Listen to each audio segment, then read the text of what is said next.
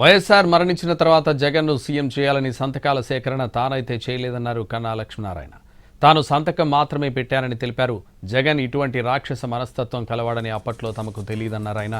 YS కుమారుడిగా ఆయన మీద ఉన్న గౌరవంతో సంతకం చేశానని గుర్తు చేసుకున్నారు. జగన్ సీఎం అయిన 3 నెలలకే బీజేపీ అధ్యక్షుడిగా ఇది రాక్షస పాలన అని చెప్పింది తానేనని స్పష్టం చేశారు కన్నా లక్ష్మీనారాయణ.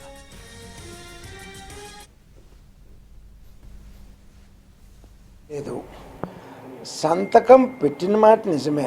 ఎందుకంటే జగన్మోహన్ రెడ్డి ఇటువంటి రాక్షస మనస్తత్వం కలిగిన వ్యక్తి అని అప్పట్లో మాకు తెలియదు, పరిచయం లేదు.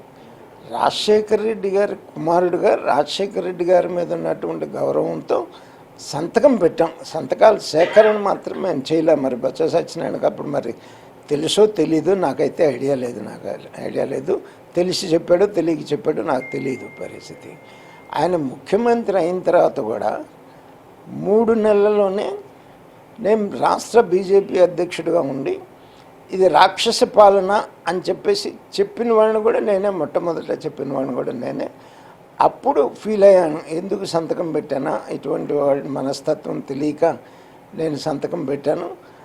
మనస్తత్వం తెలియక సంతకం పెట్టాను.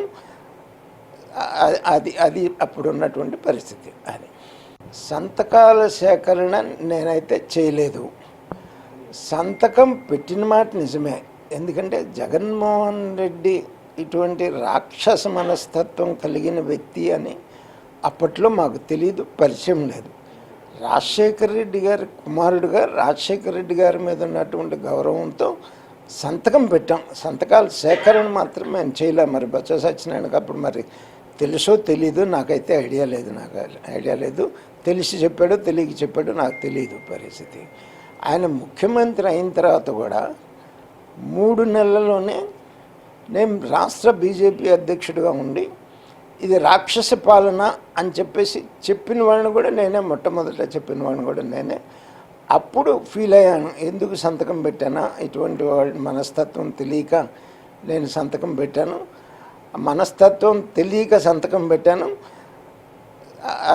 అది అప్పుడు ఉన్నటువంటి పరిస్థితి. అది